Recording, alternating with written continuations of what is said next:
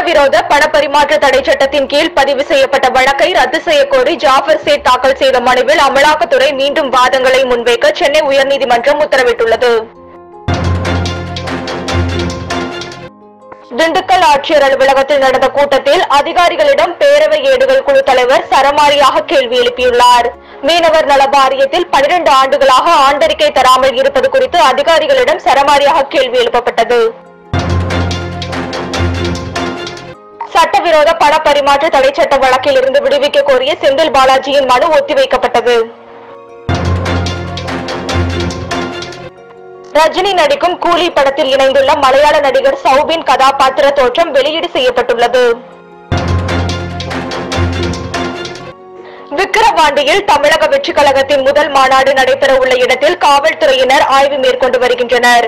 விஜயின் தமிழக வெற்றி கழகத்தின் முதல் மாநாட்டிற்கு அனுமதி கேட்டு விழுப்புரம் எஸ்பி அலுவலகத்தில் மனு அளிக்கப்பட்டது.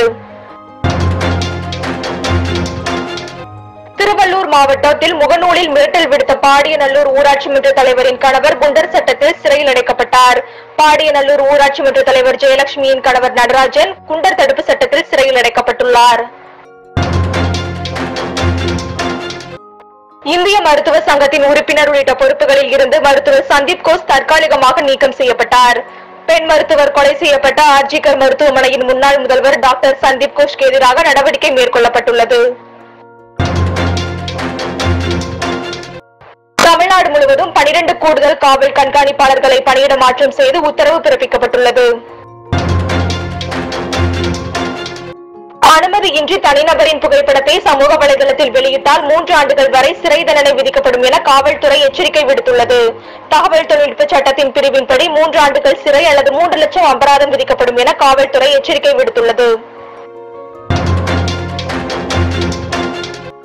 நிதி நிறுவன மோசடி வழக்கில் கைது செய்யப்பட்ட தேவநாதனின் ஜாமீன் மனுவை தள்ளுபடி செய்து சென்னை உயர்நீதிமன்றம் உத்தரவிட்டுள்ளது.